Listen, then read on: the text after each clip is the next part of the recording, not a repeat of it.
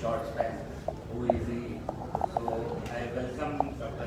Chavan. He is going to talk on artificial intelligence in digital. Thank you, Dr. Jasawala, Dr. Shiv Bhagwan, Garbal sir, and Dr. Amma. And obviously Dr. Sarita Balerao, Secretary Suvarna Khadinkar, to give me a keynote address at the 50th Golden Jubilee Annual Conference of Mumbai Obstetrics and Gynaecological Society at the Obgyn, Trident, Mumbai. Today is 19th of March 2020. And I chose this topic and I requested her that I want to speak something different, what I have been trying to understand. COVID made me go through a lot of things in my life, and obviously there was a lot of time to read and a lot of time to expose myself to the world and to understand what is obstetrics and gynecology. And I am sure all of us went through the programs, many webinars, and a lot of things we came across. So I started reading on Twitter and the papers, and I came across this quote of Jeff Bezos. We are at the beginning of a golden age of AI. Recent advancements have already led to the inventions that previously lived in the realms of science fiction, and we are only scratched the surface of what's possible. He's the guy who has sent a satellite, a commercial satellite last year, and we are all of awe of him. So my journey in AI started in November 17 when I got an opportunity to publish an article, IT Trends in Healthcare, and I went through a lot of literature. I thought this would be the best topic to share my thoughts and to share what is happening in this AI world. So what is AI? Basically it's a digital computer where you have a human brain like neurons, and there are synapses which connect with each of them, and we have multiple neural nodes. So you can imagine what is happening to make from a normal intelligent human being to an artificial intelligent computer, and it depends upon certain models and mathematical systems, and it is based on data.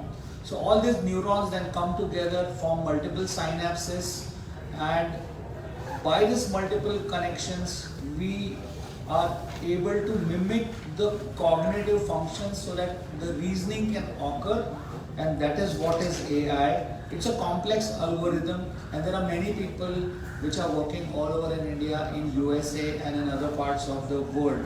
The idea is that this larger amount of data is taken together, and it can help to diagnose, to prevent and to monitor patients and improve our decision making.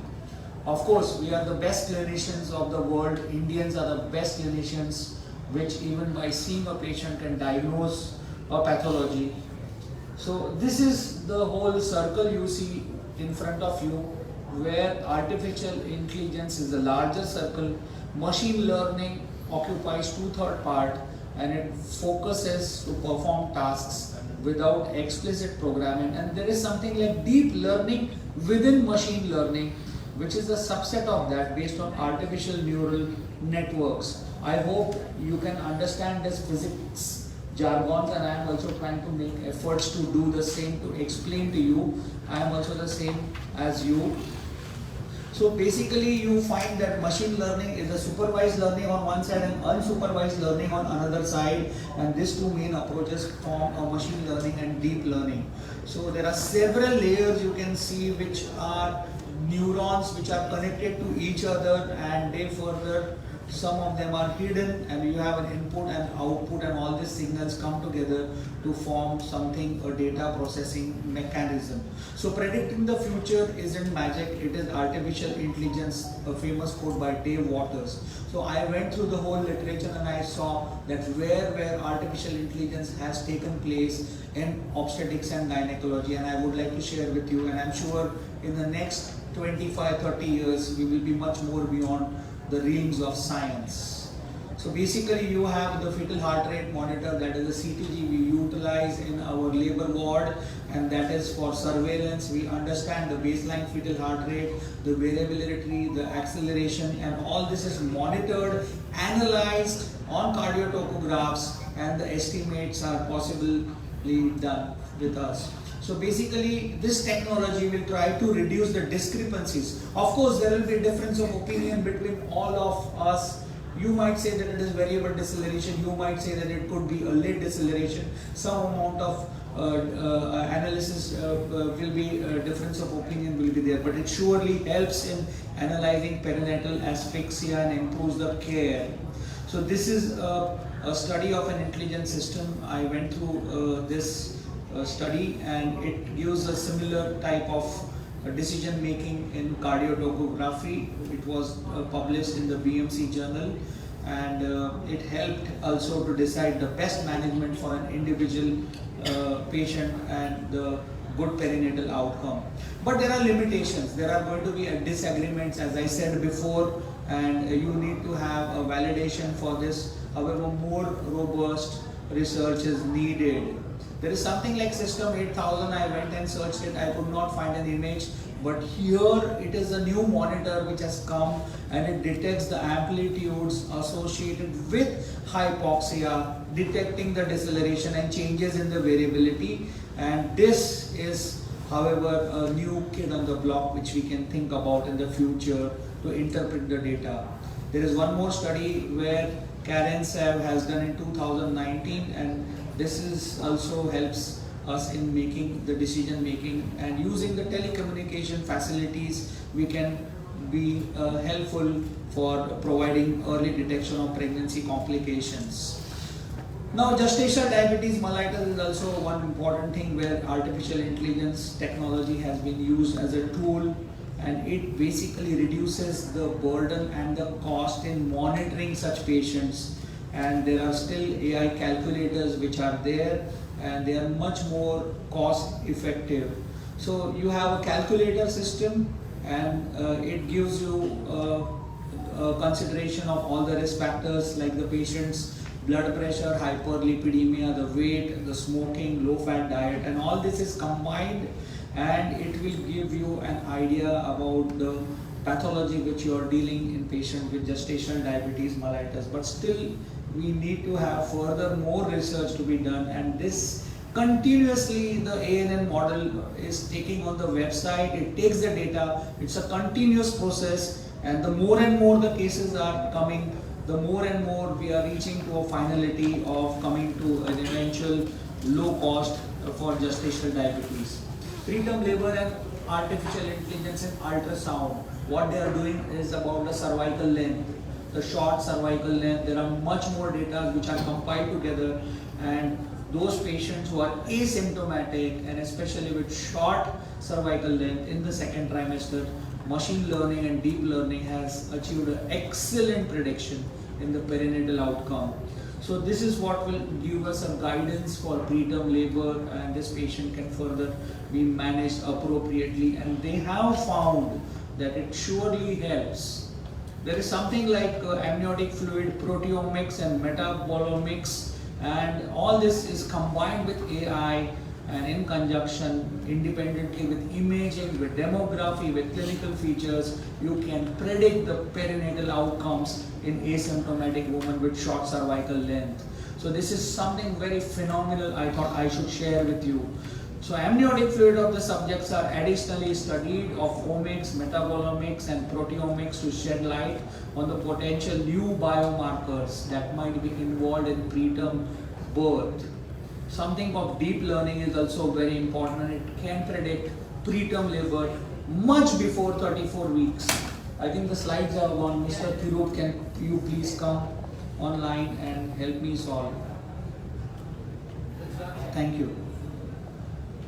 So it basically improves the accuracy and the predictive value of women at risk of poor outcomes, and those women who are at risk of preterm birth have a better idea of dealing, and a physician is much more equipped in such cases of short cervical length.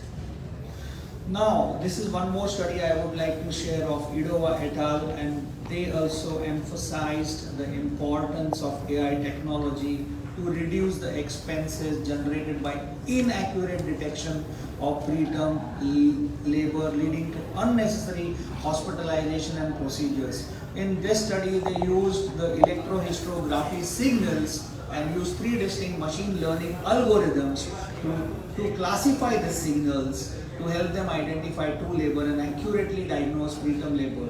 So the prediction is 97% of preterm labor by this study, which was done in 2018. IVF also is a major breakthrough where AI is being used, and it basically can combine all this thing and determine the success rates, and there is an algorithm for this to improvise the success rate and improvising the pregnancy rates. Pooling of data is done from multiple centers, and that's what they came up and expanded with a wider population, and the ANN systems is then used to predict the IVF outcomes. So something fascinating is going up also in the IVF world. Something about embryo and oocyte classification, where Memnon et al. Suggested combining AI to extract the texture descriptors from an image and assembling it by using an ANN. So this is also very helpful. Cancer screening, yes, there are studies and it has been done by Enshai et al. In 2015. Neural network models are being used to deliver the prognosis in patients with ovarian cancer, and there is 97% accuracy to predict their survival. So these AI systems have also been developed, and this is one paper on ovarian cancer, which is quite a remarkable breakthrough, because in ovarian cancer we do not have appropriate screening. There is no particular screening. So this was a study which was done by Enshai. Norwes et al. In 2015 also has created an AI software that can predict the prognosis in patients with ovarian cancer. So it will basically detect the survival rates in advanced ovarian cancer, which are very poor, but this will be much more helpful even for targeted therapies. There is no screening for ovarian cancer till now, and this is what AI can do in ovarian cancer. And there are various other researches also happening in Birmingham and Women's Hospital and the Dana-Farber Cancer Institute, where they are using AI to manipulate the RNA data to develop models that can potentially diagnose early ovarian cancer. Further, they also have a complex interaction between the microRNAs and the accurately identified almost 100% of abnormalities that represent ovarian cancer. I can go on and go on, but these are all medical jargons which are to be used when you are talking about AI. So the current screening method is basically a visual inspection, or you do acetic acid involvement and then do a pap smear and then further try to identify the disease, whether it is LSIL or HSIL.